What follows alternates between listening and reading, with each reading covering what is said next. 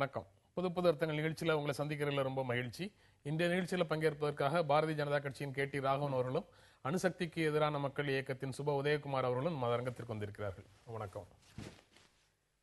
இரண்டு செய்திகள் அணு தொடர்பாகவே ஆரம்பத்தில் பேச வேண்டியதாக இருக்குது. இரண்டாம் உலக போரில் ஹிரோஷிமால அணுகுண்டு வீசிய அந்த தியோடர் வேன் கெர்க் 94 வயதில் இறந்து போயிருக்கிறாரு. கடைசி வரை தான் தவறு எதுவும் செய்யவில்லை என்ற உணர்வுடையே அவர் வாழ்ந்து மரித்தார் அப்படின்னு சொல்லி அவருடைய பையன் சொல்றாரு. அதை நீங்க எப்படி பாக்குறீங்க? இல்லை, ஒரு விதத்தில் அவர் அரசனுடைய உத்தரவை நிறைவேற்றியிருக்கிறார். அவர் ஒரு இராணுவ வீரர். அவருடைய அரசாங்கம் சொல்லி இருக்கிறது, உத்தரவிட்டிருக்கிறது, அதை நிறைவேற்றி இருக்கிறார். ஆனால் எனக்கு என்ன தோணுதுன்னா, அவர் அந்த உத்தரவை நிறைவேற்றும் பொழுது தான் செய்த இந்த செயல் காரணமாக இத்தனை பேர் மடிவார்கள் என்று தெரிந்திருக்கும் என்று சொன்னால் அவருடைய மனநிலை எப்படி இருந்திருக்கும், அதை செயல்படுத்தியிருப்பாரா என்பது தெரியல. ஏன்னா அது விழுந்த அப்புறம்தான் ஆயிரக்கணக்கான மக்கள் கொல்லப்பட்டார்கள் என்பது தெரிஞ்சிருக்கும். அதனால் அரசன் உத்தரவை அவர் நிறைவேற்றினார் என்பதில் ஒரு இராணுவ வீரனுடைய இது கடமையும் கூட அது. அதனால் அவர் எந்தவித மன சஞ்சலம் இல்லாம இருந்திருப்பாருன்னு அவருடைய மகன் சொல்கிறார்னு நினைக்கிறேன். ஏராளமான மனிதர்களுடைய சாவுக்கு காரணமாக இருந்த ஒருவர் ஒரு மனைவிக்கு நல்ல கணவனாக இருக்க முடியுது, மகன்களுக்கு நல்ல தகப்பனாக இருக்க முடியுது. அவர் சொல்றாரு, என் தந்தை ஒரு போர் நாயகனாக அங்கீகரிக்கப்பட்டார், நாங்க அவரை ஒரு அருமையான தந்தையாகத்தான் அறிவோம், அப்படி ஒரு அற்புதமான தந்தை அவர் அப்படின்னு சொல்லி மகன் சொல்றாரு. அதுல எதே முரண் இருக்கா அல்லது அதை எப்படி புரிஞ்சுக்கிறது? நிச்சயமாக தேசப்பற்று என்ற பெயரிலே சக மனிதர்களை, ஏராளமான மனிதர்களை மிக விரைவாக மிக எளிதாக கொல்லக்கூடிய இந்த இராணுவ எந்திரம் ஒரு கேவலமானது. என்னை பொறுத்தவரை இம்மாதிரியான ஒரு அரச கட்டளையை நிச்சயமாக நான் ஏற்றுக்கொண்டிருக்க மாட்டேன், அங்கீகரிக்க மாட்டேன்.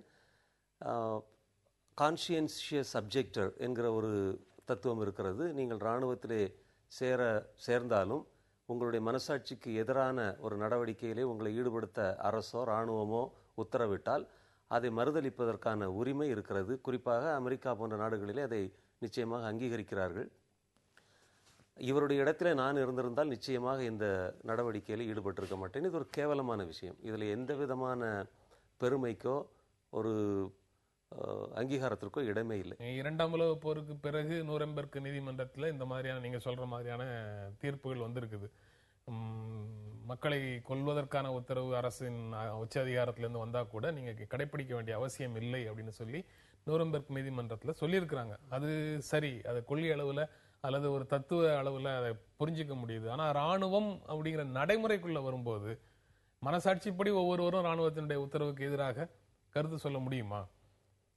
இராணுவம் என்பது ஒரு எதிரியை, ஒரு கற்பனை எதிரியை உருவாக்கி வைத்து, அல்லது ஒரு எதிரியை நம்ம நாட்டில் பண்ணுற மாதிரி ஒரு எதிரியை உருவாக்கி வைத்து அந்த எதிரியினுடைய மீதான பயத்தின் அடிப்படையிலே நம்மை கட்டமைப்பது ஒரு தவறான அணுகுமுறை.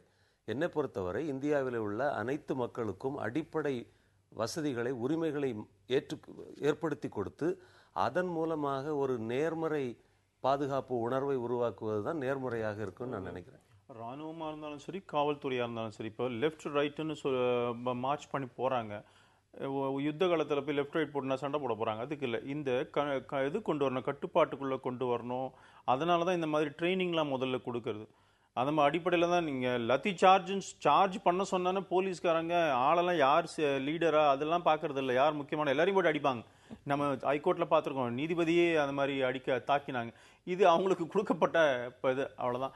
அந்த விதத்தில் இவர் அந்த உத்தரவை நிறைவேற்றினார்னு வேணா அவர் திருப்திப்படலாம். ஆனால் அதுக்கப்புறம் நடந்த விஷயங்கள் அவர் நிச்சயமாக அவர் கொஞ்சம் கஷ்டப்பட்டிருப்பார் தான் நான் நினைக்கிறேன். இங்க இன்னொரு செய்தி இந்திய அமெரிக்க அணுசக்தி ஒப்பந்தத்தால் 1520 மெகாவாட் கூடுதல் உற்பத்திக்கு வாய்ப்பு அப்படின்னு இன்னொரு செய்தியும் இருக்கு. இந்தியா அமெரிக்கா இடையேயான அணுசக்தி ஒப்பந்தம் காரணமாக நாட்டின் அணு உலைகளுக்கு தேவையான எரிபொருள் இறக்குமதியை பெற்று 1520 மெகாவாட் மின்சார உற்பத்தியை அதிகரிக்க முடியுதுன்னு அந்த செய்தி சொல்லுது. அதை நீங்க எப்படி பாக்குறீங்க? இல்ல, இன்னைக்கு மின்சார உற்பத்தி ரொம்ப குறைவாகத்தான் இருக்கிறது. இது தேவைதான். இன்னும் கேட்டா அவனன்றி ஓரணுவும் அசையாது அப்படிங்கிறது போய் இப்ப அணுவன்றி எதுவுமே அசையாது. இன்னைக்கு அமெரிக்காவின்றி ஓரணுவும் அசையாதுன்னு இருக்கிற அணு அந்த இதெல்லாம் நியூக்ளியர் பிளான்ட்டுக்கெல்லாம் தேவையான எரிசக்தி தேவைதானே. இன்னைக்கு 98க்கு பிறகு 1998க்கு பிறகு அந்த அணு ஆயுத சோதனைக்கு பிறகு நம்ம நாட்டில் எத்தனையோ அந்த எக்கனாமிக் எம்பார்கோலாம் நடந்திருக்குது. இப்போ கொஞ்சம் கொஞ்சமாக தளர்த்தி வந்திருக்கிறாங்க.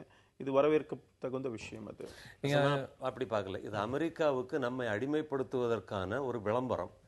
இவங்க இந்த அமெரிக்காவோடான ஒப்பந்தத்தின் அடிப்படையில் 1520 மெகாவாட் மின்சாரம் கூடுதல் வரப்போகுதுன்னா நம்ம நாட்டில் எவ்வளவு மின்சாரம் திருட்டு போகுது, எவ்வளவு மின்சாரம் மின் கடத்தலில் வீணாகுது, எவ்வளவு திறமையின்மையோடு நம்ம செயல்பட்டுக்கிட்டு இருக்கிறோம், இதெல்லாம் விட்டுருங்க.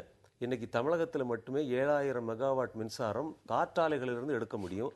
அதை கூட நாம் முழுவதுமாக எடுக்காமல் வெறும் 3000 மெகாவாட் மின்சாரம் தான் எடுக்கிறோம்.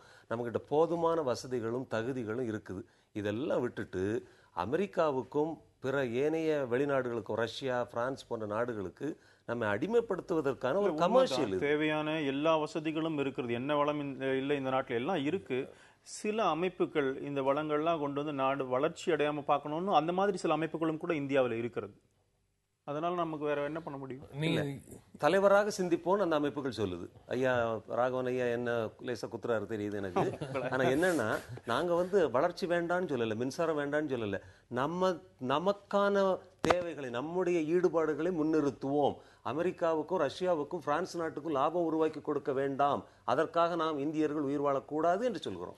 நீங்க இந்திய அணுசக்தி துறை America, France, Russia, Mongolia, Namibia, Argentina, Britain, Ethiopia விட்டுட்டு பாக்கி எல்லாத்துக்கூடயும் கையெழுத்து போட்டாங்க அப்படின்னு மத்திய அரசு நாடாளுமன்றத்தில் தகவல் சொல்லுது. எல்லாரோடையும் புரிந்துணர்வு ஒப்பந்தம் மேற்கொள்ளப்பட்டு, எல்லாரோடையும் புரிந்துணர்வு ஒப்பந்தம் போட்டு, எல்லார்கிட்ட இருந்து கமிஷன் வாங்கி, எல்லார்கிட்ட இருந்து காசு பாக்குறது தான் இது திட்டமே தவிர, என்னை பொறுத்த வரைக்கும் இந்தியாவில் ஐயா சொன்னாங்கல்ல, எல்லா வளமும் நம்ம கிட்ட இருக்குது.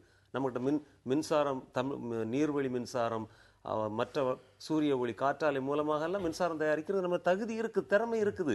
ஆனா இந்த மாதிரி சர்வதேச வியாபாரம் தான் இன்றைக்கு உலகமயமாக்கல், உலகத்துல பணம் பார்க்கறதுக்கான வழி. இவர் சொல்ற ஒரு விஷயத்தை நானும் ஏத்துக்கிறேன். இந்தியாவில் வளம் இருக்கு. ஏன் நியூக்ளியர் டெக்னாலஜி, இந்த அணு உலைக்கு தேவையான எரிசக்தியை, யுரேனியமே தும்மலப்பள்ளின்னு ஒரு இடத்துல ஆந்திராவில் அதாவது தௌசண்ட்ஸ் ஆஃப் டன்ஸ் இருக்கு. ஆனா அங்க சில என்ஜிஓக்கள் தானே அதை தடுக்கிறாங்க, எடுக்கக்கூடாது. ஏதோ ஒரு காரணத்தை சொல்லி நீங்க வெளிநாட்டுல இறக்குமதி பண்ணக்கூடாது. நம்ம நாட்டிலேயே இருக்கு, தோரியம் டெபாசிட்ஸ் இருக்கு, யுரேனியம் 60,000 டன் இருக்கு. இந்த தொம்மனப்பள்ளியில 15 கிலோமீட்டர் ரேடியஸ்ல மாத்திரமே இருக்கிறது. ஆனா எடுப்பதற்கு அரசாங்கத்துக்கு எத்தனை நிர்பந்தங்கள், வடகிழக்கு மாகாணங்கள்ல நிர்பந்தங்கள், இந்த கர்நாடகால எடுக்க இந்த மாதிரி இவர்களை போன்ற இயக்கங்களை தான் தடுக்கிறாங்க.